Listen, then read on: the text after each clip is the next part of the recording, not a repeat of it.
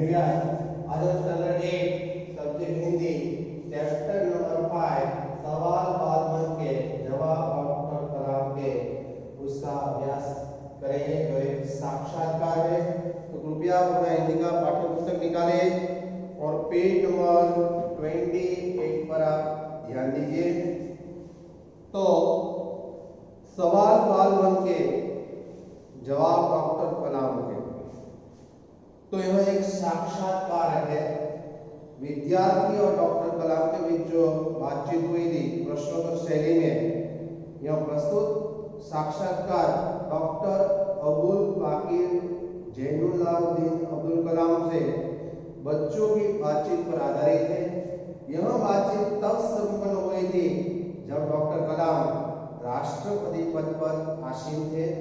वे बच्चों की जिज्ञासा यानी जानने की शक्ति का तुरंत उत्तर देने के लिए हमेशा सदैव तत्पर थे। तो आइए बढ़ते हैं सवाल बाल मन के जवाब डॉक्टर कलाम के।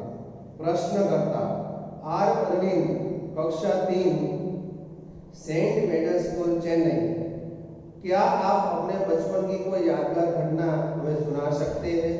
डॉक्टर कलाम, कक्षा 5वीं के मेरे शिक्षक श्री शिव सुब्रमण्यम अय्यर की एक बात मुझे बहुत याद है। एक दिन में जब कक्षा में वे हमें यह बता रहे थे कि कोई पक्षी कैसे उड़ सकता है, उन्होंने हमें रामेश्वरम के समुद्र तट पर ले जाकर इसका जीवंत उदाहरण दिया। जीवन नहीं, जीता जागता। वह ऐसी यादगार घटना थी जो मेरे मन और मस्तिष्क में यानी यादगार यानी अविस्मरणीय, मस्तिष्क यानी दिमाग में, मस्तिष्क यानी दिमाग में हमेशा के लिए बैठ गई। इसी से मुझे आज आगे विज्ञान पढ़ने की प्रेरणा मिली। तो कक्षा 5वीं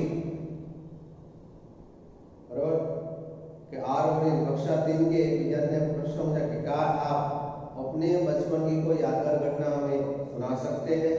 तभी डॉक्टर कलाम ने बताया कि कक्षा 5वीं के मेरे शिक्षक श्री शिव सुब्रमण्यम अय्यर की मुझे एक बात याद है कि एक दिन जब हम कक्षा में बैठे थे और वे बता रहे थे कि कोई पक्षी कैसे उड़ सकता है, उन्होंने हमें रामेश्वरम समुद्र के किनारे पर ले जाकर इसका जीवन उदाहरण बताया कि पक्षी किस तरह से उड़ता है। वह ऐसी यादगार अविस्मरणीय घटना थी जो मेरे मन और मस्तिष्क यानी दिमाग में हमेशा के लिए बैठ गई। इसी से मुझे आगे विज्ञान पढ़ने की प्रेरणा मिली। प्रश्नकर्ता सरयू मकर, कक्षा 5, वाल्मीकि नगर हिंदी माध्यमिक शाला, नागपुर। वह प्रश्न उठता है कि बचपन में हमें किस भाषा को प्रमुखता देनी चाहिए, यानी प्रमुखता यानी महत्व देना चाहिए। बचपन में हमें कौन सी भाषा को ज्यादा महत्व देना चाहिए? तभी डॉक्टर कलाम ने बताया पेज नंबर 29 पर, मैंने स्वयं माध्यमिक शिक्षा तक की पढ़ाई अपनी मातृभाषा के माध्यम से पूरी की है। हमारी जो मातृभाषा होती है, जैसे हमारी गुजराती है, हमें अपनी मातृभाषा गुजराती के माध्यम में पढ़ना चाहिए। कॉलेज और उससे आगे की शिक्षा अंग्रेजी माध्यम की संस्थाओं में हुई। मेरा मानना है कि हम कॉलेज में भी माध्यम के रूप में मातृभाषा का ही चुनाव कर सकते हैं। चुनाव यानी पसंदगी, क्योंकि युवा अपनी मातृभाषा में ज्यादा सोच सकता है, विचार कर सकता है, उसी में अपनी बात सहजता से यानी स्वाभाविकता से, आसानी से कहने में सक्षम होता है। सक्षम यानी समर्थ होता है। पर इसमें कोई भी दो राय नहीं है कि वैश्विक स्तर पर यानी पूरे विश्व में संपर्क यानी मेलजोल के लिए, एक दूसरे से संबंध स्थापित करने के लिए, संपर्क करने के लिए हमें अंग्रेजी जैसी एक संपर्क यानी एक दूसरे से संबंध स्थापित करने के लिए ऐसे अंग्रेजी भाषा की नितांत आवश्यकता है। और नितांत यानी अत्यंत, बहुत आवश्यकता है। इसलिए हमें अंग्रेजी भाषा को भी पढ़ना चाहिए। तो कभी हम हमारे देश से बाहर जाए तो हमें अंग्रेजी भी आनी चाहिए। प्रश्नकर्ता हर्ष पटेल, कक्षा 5, चंदूलाल विद्या मंदिर, मुंबई। वह कहता है यदि हम आपकी तरह बनना चाहे तो हमें क्या करना चाहिए? डॉक्टर कलाम ने उत्तर दिया, जब आप युवा अवस्था में कदम रखे, यानी युवानी में पग रखे, तभी आपको जीवन में अपना लक्ष्य निर्धारित कर लेना चाहिए। लक्ष्य यानी ध्येय निर्धारित यानी नक्की कर लेना चाहिए। हमेशा कुछ बड़ा सोचो, कुछ बड़ा बनने की सोचो। जैसी ही यह अनुभूति हो कि आप आखिर बनना क्या चाहते हैं, तभी से उस दिशा में आप प्रयत्न करने लगो और श्रम यानी मेहनत करने का प्रारंभ कर दो। कहने का अर्थ है कि जो जी तोड़ मेहनत करो। जी तोड़ मेहनत करना यानी बहुत मेहनत करना, जी तोड़ मेहनत करो। जो जो आप आगे की ओर बढ़ोगे, आपका सामना बाधाओं, मुश्किलों तथा कठिनाइयों से होगा। बराबर, कठिनाइयां मुश्किलों से होगा। आपको अपने अंदर दृढ़ साहस, हिम्मत पैदा करनी होगी।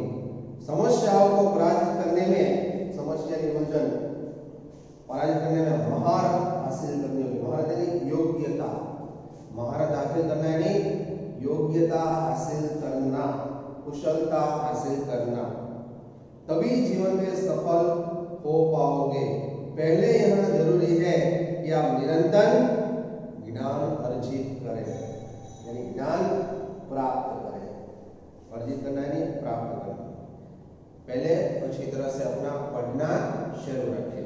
प्रश्नकर्ता चिराग जैन, कक्षा 7, बॉम्बे कैम्ब्रिज, अंधेरी पश्चिम मुंबई।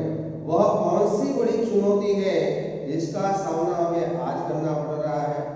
तभी डॉक्टर कलाम ने जवाब दिया, भारत को सन 2020 तक एक विकसित राष्ट्र के रूप में परिवर्तित करना और देश के 1 अरब से अधिक नागरिकों के चेहरे पर मुस्कान देखना, हंसी देखना, यही राष्ट्र के समक्ष सबसे बड़ी चुनौती है। चुनौती यानी ललकार है। प्रश्नकर्ता हर्ष चांडक, कक्षा 7, डॉक्टर एस राधाकृष्णन विद्यालय, मलाड, मुंबई। आपकी दृष्टि में साहस यानी हिम्मत की परिभाषा क्या है? परिभाषा यानी व्याख्या, डेफिनेशन क्या है? डॉक्टर कलाम, अपनी जान की परवाह किए बिना दूसरों को संकट या आपदा यानी मुश्किल से बचाना ही साहस है। तो दूसरों को मुश्किल और संकट से बचाना ही सबसे बड़ा साहस है। कि अपनी जान की चिंता किए बिना दूसरों को संकट या आपदा यानी संकट से बचाना ही सबसे बड़ा साहस है। प्रश्नकर्ता तरुण पटेल, कक्षा 8, Swami Narayan independent school, London. हम प्रवासी भारतीय मातृभूमि के प्रति गर्व की भावना कैसे विकसित करें? डॉक्टर कलाम ने उत्तर दिया, भारतीय मूल का कोई भी व्यक्ति एक बृहद यानी विशाल महान भारतीय परिवार का एक अंग है। पूरा भारत एक सर्वदेव वसुदेव कुटुंबकम, कि पूरा भारतवर्ष एक, पूरी पृथ्वी एक परिवार है। वसुदेव कुटुंबकम, वसु यानी पृथ्वी, आखिर पृथ्वी एक आपको परिवार है और उसे हमारे देश की सांस्कृतिक विरासत पर गर्व है। सौभाग्य से आप लोग ऐसी स्थिति में हैं कि अपनी मातृभूमि से अच्छी तरह से जुड़े हुए हैं और यही आपके लिए गौरव लेने की बात है। वसुदेव कुटुंबकम का मंत्र हमें अपनाना चाहिए। आपकी पृथ्वी मारो परिवार से, कुटुंब से। प्रश्नकर्ता सत्यम, कक्षा 10, जिला स्कूल, मुंगेर। जो भी बच्चे आपसे मिलते हैं वे कहते हैं कि वे एक प्रसिद्ध वैज्ञानिक, इंजीनियर, डॉक्टर आदि बनना चाहते हैं, पर किसान, मजदूर और कलाकार भी किसी राष्ट्र या देश के लिए उतने ही महत्वपूर्ण है। हम ऐसे ही परिवारों से आते हैं, हमारे लिए आपका क्या संदेश है? तभी डॉक्टर कलाम ने जवाब दिया, किसान, मजदूर, कलाकार और दस्तकार ये सभी हमारे राष्ट्र के लिए, दस्तकार यानी शिल्पकार, हाथ से कारीगरी करने वाला व्यक्ति, मूर्ति बनाने वाला व्यक्ति, उसे दस्तकार बोलते हैं। बराबर, कि दस्तकार ये सभी हमारे राष्ट्र के अभिन्न अंग हैं। राष्ट्र निर्माण में हमें उन सभी की सेवाओं की समान रूप से दरकार है। दरकार यानी जरूरत है, आवश्यकता है। आप सभी को चाहिए कि अपने अपने अपने क्षेत्रों में खूब उन्नति यानी प्रगति करें। उन्नति का अर्थ क्या है? प्रगति। पेज नंबर 30 पर आप ध्यान दीजिए। प्रश्नकर्ता रोहित चतुर्वेदी, कक्षा 11, इस्लामिया इंटर कॉलेज इटावा। आप कहते हैं कि भारत 2020 तक विकसित राष्ट्र बन जाएगा, पर निरंतर बढ़ती जनसंख्या और बेरोजगारी इसे संभव होने देगी। डॉक्टर कलाम विकास स्वयं जनसंख्या वृद्धि को रोकने की अचूक औषधि यानी दवा है। इससे जन शिक्षा, विशेषकर स्त्री शिक्षा की बात भी सम्मिलित है। इससे छोटा परिवार, सुखी परिवार का एक सूत्र रूप में मान्यता को बल मिलता रहेगा। भारत 2020 का मिशन यहाँ के युवाओं को रोजगार के पर्याप्त अवसर सुलभ कराएगा। बराबर, सुलभ यानी उसकी सुविधा कराएगा। ग्रामीण क्षेत्रों में बड़ी संख्या में उद्योग स्थापित किए जाएंगे, जिससे उन क्षेत्रों में रोजगार के प्रचुर यानी पुष्कल अवसर पैदा होंगे। प्रश्नकर्ता हर्ष मेहता, कक्षा 12, तेजस हाई स्कूल बड़ौदा। आपको ऐसा क्यों लगता है कि 2020 तक भारत एक विकसित राष्ट्र बन जाएगा? तभी डॉक्टर कलाम ने जवाब दिया, भारत की जनसंख्या 1 अरब से अधिक यानी ज्यादा है। इसमें 54 करोड़ लोग 25 वर्ष से कम आयु के हैं। ये हमारी राष्ट्रीय शक्ति है। भारत को 2020 तक विकसित राष्ट्र में परिवर्तित करने के लिए हमारे पास प्रचुर यानी ज्यादा प्राकृतिक संसाधनों के साथ एक सुनियोजित खाका, सुनियोजित यानी अच्छी तरह से सोच समझकर बनाया गया खाका यानी ढांचा, नक्शा, बराबर, उसको ढांचा बोलेंगे, खाका यानी ढांचा यानी नक्शा भी उपलब्ध है। 54 करोड़ युवाओं के विचारों की एकता निश्चय ही इसे विकसित राष्ट्र में परिवर्तित करने में सफल होगी। पेज नंबर 31 पर प्रश्नकर्ता एस कार्तिक, कक्षा 12, अमर ज्योति इंग्लिश स्कूल बेंगलुरु। कई छात्रों के बड़े बड़े लक्ष्य होते हैं, पर आर्थिक तथा अन्य समस्याओं के कारण वे इन्हें प्राप्त नहीं कर पाते। वे अपना लक्ष्य आखिर कैसे प्राप्त करें? डॉक्टर कलाम ने उत्तर दिया, स्कूल में पढ़ाई में अच्छा प्रदर्शन करने पर उसे छात्रवृत्ति यानी स्कॉलरशिप प्राप्त होगी। साथ ही उच्च शिक्षा के लिए बैंकों से ऋण यानी लोन लेने हेतु पात्रता यानी योग्यता भी बनेगी। जीवन में ऊंचा लक्ष्य निर्धारित करने पर बाधाएं तो आती ही, मुश्किल। हमें कठोर परिश्रम और उत्कृष्ट यानी उत्तम कार्यों से इन्हें पराजित करना होगा। विघ्न और बाधाओं से व्यक्ति को पराजित नहीं होना है। हमारे जीवन में चाहे कितनी भी मुश्किलें आए, कितनी भी बाधाएं आए, अड़चने आए, लेकिन हमें कभी हार माननी नहीं चाहिए, उसका सामना करना चाहिए। ऐसी बात डॉक्टर कलाम ने बताई है। प्रश्नकर्ता मिथुन के द्वितीय वर्ष बी लेवल AICTE अमृतापुरी। भारत को विकसित राष्ट्र बनाने में राजनीतिज्ञ यानी राजनीति को जानने वाले की क्या भूमिका होनी चाहिए? डॉक्टर कलाम जिम्मेदार राजनीतिज्ञ दूरदर्शितापूर्ण नीतियां बनाता है। दूरदर्शिता यानी दूर की बात सोचने का गुण, ऐसी नीतियां बनाता है। महात्मा गांधी जी ने निष्ठा के राजनीतिक सिद्धांत यानी नियम को सत्य, अहिंसा तथा निस्वार्थ भावना में ढालते हुए ब्रिटिश शासकों के विरुद्ध अपनी लड़ाई छेड़ी थी।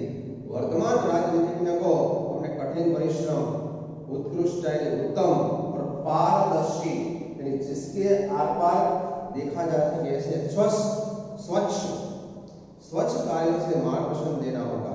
साथ ही गरीबी रेखा से नीचे जी रहे लोगों को, लगभग 26 करोड़ भारतीयों के जो गरीबी रेखा के नीचे जी रहे हैं, 26 करोड़ भारतीयों के उत्थान, उसके विकास, उसकी प्रगति के लिए भी कार्य करना होगा। प्रश्नकर्ता सिंह नंदिता सुबी, तृतीय वर्ष MGR इंस्टीट्यूट चेन्नई। रक्षा की दृष्टि से विजन 2020 का लक्ष्य पाने में महिलाओं की क्या भूमिका हो सकती है? डॉक्टर कलाम ने उत्तर दिया, विजन 2020 में रक्षा अनुप्रयोग के क्षेत्र की महत्वपूर्ण प्रौद्योगिकियों के विकास पर विचार किया गया है। राष्ट्रीय सुरक्षा की बात भी विजन 2020 का एक अभिन्न अंग बनाया गया है। सशस्त्र सेनाओं में नियुक्ति के लिए पुरुष और महिला के दिया जाता। तीनों सेनाओं में पर्याप्त महिला अधिकारी नियुक्त की गई है। राष्ट्रीय रक्षा और उनकी क्षमताओं में योग्यताओं में वृद्धि के लिए महिलाएं आज उच्च स्तरीय सामरिक सेना और बहुत महत्वपूर्ण उपकरणों यानी साधनों पर कार्य करके भी अपना सहयोग दे सकती है। आज हमारे तीनों सेनाओं में पर्याप्त मात्रा में महिलाएं उच्च से उच्च पद पर आसीन है और वह ऐसे कई उपकरणों का कार्य भी कर देती है। और हमारी देश की जो सीमाएं हैं उसमें भी कड़ी सुरक्षा देने में वह माहिर हो चुकी है। यत्र नारी तो पुष्यन्ते नमन्ते तत्र देवता, जहाँ नारी की पूजा की जाती है हमेशा देवता वहां निवास करते हैं। प्रश्नकर्ता जोधपुर दौरे पर डॉक्टर कलाम से एक बच्चे द्वारा पूछा गया प्रश्न, क्या हम अति विशिष्ट व्यक्तियों के दौरे पर हो रहे अनावश्यक खर्च कम नहीं कर सकते? डॉक्टर कलाम, तुमने इस मंच पर एक बड़ी सी कुर्सी देखी होगी, वह कुर्सी अब यहाँ पर नहीं है। ठीक ऐसे ही अनुत्पादक चीजों पर जो उत्पादन न करे ऐसी चीजों पर हो रहे अनावश्यक खर्च भविष्य में नहीं होंगे। ऐसी बात डॉक्टर कलाम ने हमें बताई है। अब हम यहाँ कुछ शताब्दी है जीवन को जीवित नितांत तो अत्यंत सक्षम तो समर्थ परिभाषा तो व्याख्या बृहद तो विशाल महान खाका तो ढांचा नक्शा बहुगुण तो बहुत महत्वपूर्ण सामरिक तो युद्ध से संबंध रखने वाला। अब हम प्रश्नों के उत्तर देखेंगे।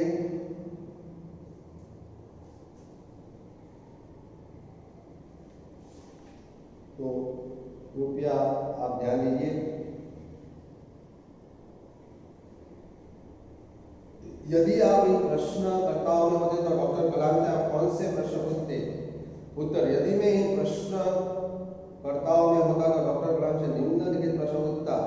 पहला, देश में इन सब संसाधन सुलभ होने पर भी अभी तक हम विकसित राष्ट्रों की श्रेणी में क्यों नहीं आए हैं? सेकंड, हमारे देश में गरीब और अमीर के बीच की खाई बढ़ती क्यों जा रही है? थर्ड, कहीं कहीं बहुमंजिला मकान बन जाने पर अवैध बताया जाता है, जब उसका निर्माण हो रहा था तब क्या वह अवैध नहीं था? फोर्थ, विदेशी बैंकों में जमा काला धन भारत लाने में सरकार अक्षम क्यों है, सक्षम क्यों नहीं है?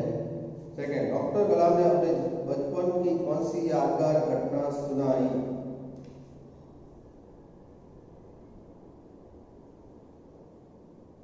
डॉक्टर कलाम ने तो कलाम जो 5वीं कक्षा में थे तब की एक यादगार घटना उन्हें याद आई। उनके शिक्षक श्री सुब्रमण्यम अय्यर विद्यार्थियों को बता रहे थे कि कोई पक्षी कैसे उड़ता है। वे विद्यार्थियों को रामेश्वरम के समुद्र नदी के किनारे ले गए और वहां उन्होंने विद्यार्थियों को पक्षी कैसे उड़ता है उनकी क्रिया का जीवन उदाहरण बताया। डॉक्टर कलाम पर इस घटना का बहुत असर पड़ा, इससे उन्हें विज्ञान पढ़ने की प्रेरणा मिली। आपकी यादगार घटना बताइए। तो गर्मी की छुट्टियां थी, मैं अपने गांव गया हुआ था। गांव के पास एक नदी बह रही थी। मेरा बड़ा भाई अच्छा तैराक था, मैं भी नदी में तैरना चाहता था लेकिन डरता था। मेरा भाई मुझे नदी किनारे ले गया और बातें करने लगा। इसी बीच उसने मुझे धक्का लगा दिया और मैं नदी के अंदर गिर पड़ा। डूबने के डर से मेरे हाथ पांव चलने लगे और मैं किनारे तक आ गया। भाई ने कहा, डरते क्यों हो, इसी तरह पानी में हाथ पे हिलाते रहो, डरो मत, डूबोगे नहीं, डूबने लगोगे तो मैं बचा लूंगा। बस फिर क्या था, मैं निडर होकर पानी में हाथ पे हिलाता रहा एवं इधर से उधर और उधर से इधर चक्कर लगाता रहा। उसी दिन से मुझे तैरना आ गया। बचपन की उस घटना को मैं कभी नहीं भूल सकता। अपना लक्ष्य प्राप्त करने के लिए आप क्या क्या करते हैं? तो आज हमारे देश में डॉक्टर और इंजीनियरों की कमी नहीं है, कमी है अच्छे वैज्ञानिकों की। इसीलिए एक महान वैज्ञानिक बनकर देश का नाम रोशन करना नहीं मेरे जीवन का लक्ष्य है। इसे पाने के लिए मैं अपने पाठ्यक्रम की विज्ञान की पुस्तकें बड़े ध्यान से पढ़ता हूँ। विज्ञान की अन्य पुस्तकें भी स्कूल के पुस्तकालय से लाकर पढ़ता हूँ। मैं विज्ञानियों के जीवन पर लिखी पुस्तकें भी पढ़ता हूँ। घर पर मैं छोटे छोटे हूं।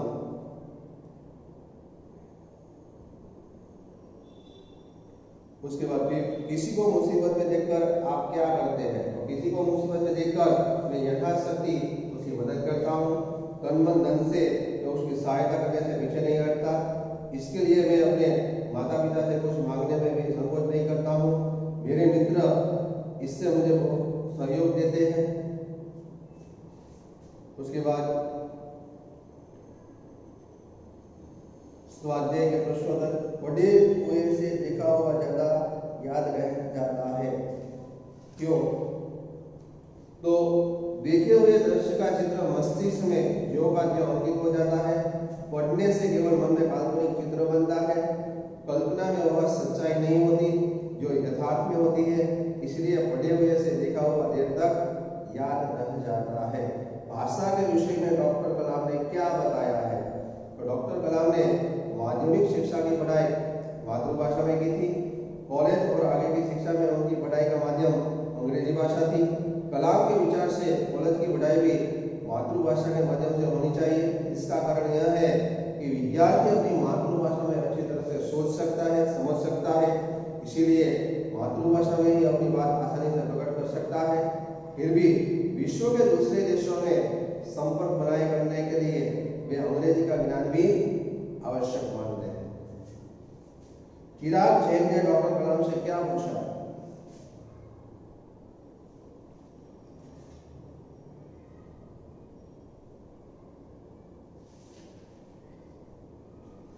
तो चिराग जैन ने पूछा था कि आज देश के सामने सबसे बड़ी चुनौती क्या है? डॉक्टर कलाम ने उत्तर दिया, भारत को सन 2020 तक एक विकसित राष्ट्र बनाना और देश के 1 अरब से अधिक नागरिकों को सुखी बनाना ही आज देश के सामने बड़ी चुनौती है। राष्ट्र विकास में महिलाओं का क्या योगदान है? राष्ट्र के विकास में महिलाओं का क्या योगदान है? तो राष्ट्र विकास में महिलाओं की भूमिका पुरुषों के समान ही बताई गई है। शैक्षणिक और औद्योगिक प्रवृत्तियों में आज महिलाएं बढ़ चढ़कर हिस्सा ले रही है। सशस्त्र सेनाओं में भी पुरुषों के समान ही महिलाओं की नियुक्ति होती है। देश की तीनों सेनाओं में पर्याप्त महिला अधिकारी पाए जाते हैं। सेना के लिए विभिन्न उपकरण बनाने में भी महिलाएं काम कर रही है। इस प्रकार राष्ट्र विकास में महिलाओं का बहुमूल्य योगदान है। किसी भी देश के लिए सेना का क्या महत्व है? तो सेना किसी भी देश का एक अनिवार्य अंग है। सेना शत्रुओं के आक्रमण से देश की रक्षा करती है। देश में कहीं विद्रोह होने पर सेना उसे दबाती है। देश से आतंकवादी घुस आए और पुलिस उनसे निपटने में सक्षम न हो तो सेना के जवान उनसे निपटते हैं।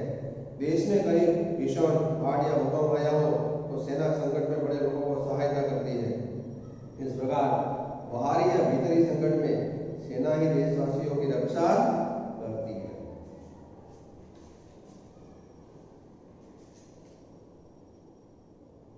मुहावरों का अर्थ देकर वाक्य में प्रयोग कीजिए।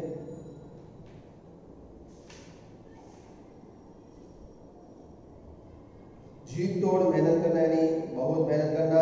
यह धंधा जमाने के लिए पिताजी ने जीत तोड़ मेहनत की। महारत हासिल करना यानी योग्यता प्राप्त करना। हमें हर एक मुसीबत को जीतने में आवश्यक महारत हासिल कर लेनी चाहिए। तो विद्यार्थी मित्रों, मातृभाषा में अनुवाद कीजिए। वो मैं आपको बता देता हूँ कि हमारे लिए संसार में सबसे अधिक मूल्यवान हमारा शरीर है। शरीर के द्वारा ही हम सभी काम करते हैं, इसलिए शरीर का स्वास्थ्य रहना बहुत जरूरी है। शरीर को स्वस्थ रखने के लिए व्यायाम करना आवश्यक है। व्यायाम से शरीर मजबूत और सुडौल बनता है। अंग अंग में स्फूर्ति आती है, शरीर में आलस्य नहीं रहता। अब मैं आपको उसका मातृभाषा गुजराती में अनुवाद बताता हूँ कि हमारे लिए संसार में सबसे अधिक मूल्यवान हमारा शरीर है। આપણા માટે સંસારમાં સૌથી વધારે કિંમતી અને મૂલ્યવાન આપણું શરીર છે। શરીર के द्वारा ही हम सभी काम करते हैं। शरीर द्वारा જ આપણે બધા કામો કરીએ છીએ। इसीलिए शरीर का स्वस्थ रहना बहुत जरूरी है। એટલા માટે શરીર સ્વસ્થ રહેવું ખૂબ જ જરૂરી છે। शरीर को स्वस्थ रखने के लिए व्यायाम करना आवश्यक है। व्यायाम से शरीर मजबूत और सुडौल बनता है। व्यायाम अथवा कसरतથી શરીર મજબૂત અને સુડોળ બને છે। અંગોમાં સ્ફૂર્તિ આતી है, દરેક અંગમાં સ્ફૂર્તિ આવે છે। शरीर में आलस्य नहीं रहता, शरीर में आलस रहती नहीं। तो विद्यार्थी मित्रों, थर्ड क्वेश्चन है रूपरेखा के आधार पर कहानी लिखिए। वो आपको होमवर्क में लिखनी है। रूपरेखा के आधार पर कहानी लिखिए, वो आपको अपने होमवर्क में लिखनी है। मैं आपको होमवर्क दे रहा हूँ, नोट डाउन कर लीजिए।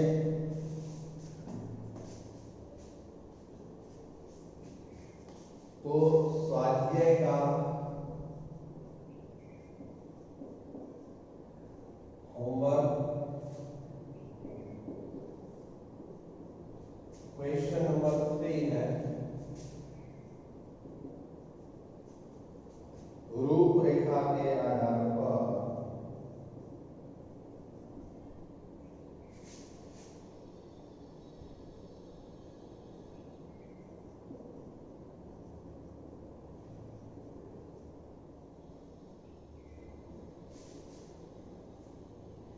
कहानी लिखिए।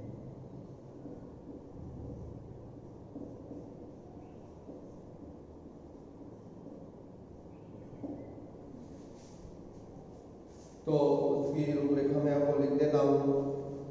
आपकी बुक में वैसे है यहाँ एक ब्राह्मण श्री नेवला पालना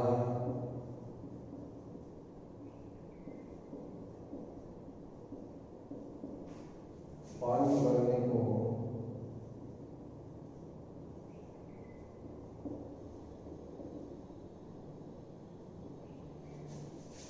बाहर जाना,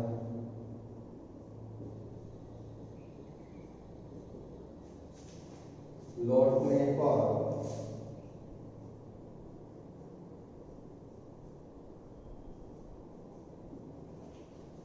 मुंह खून से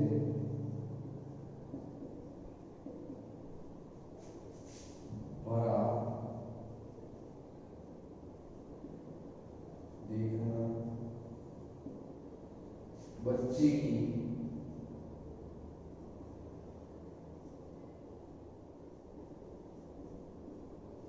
हत्या की शंका,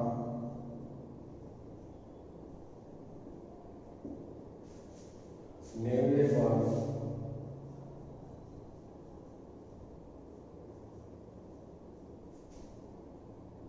घड़ा पटकना,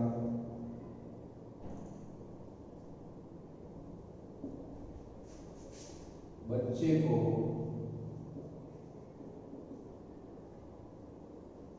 जिंदा पाना,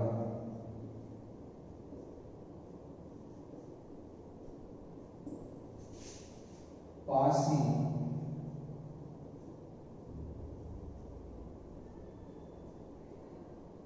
मरा हुआ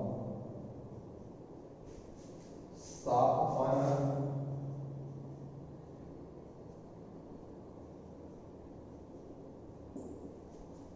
पछतावा होना, शीर्षक और शीर्षक यानी टाइटल, कहानी का नाम भी आपको लिखना है। तो रूपरेखा के आधार पर कहानी लिखिए।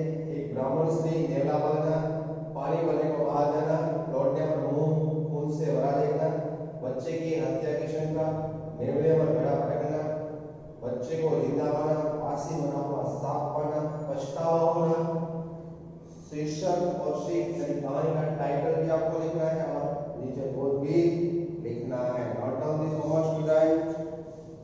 अस्तु, नेक्स्ट पीरियड में मिलेंगे। Note down this homework student.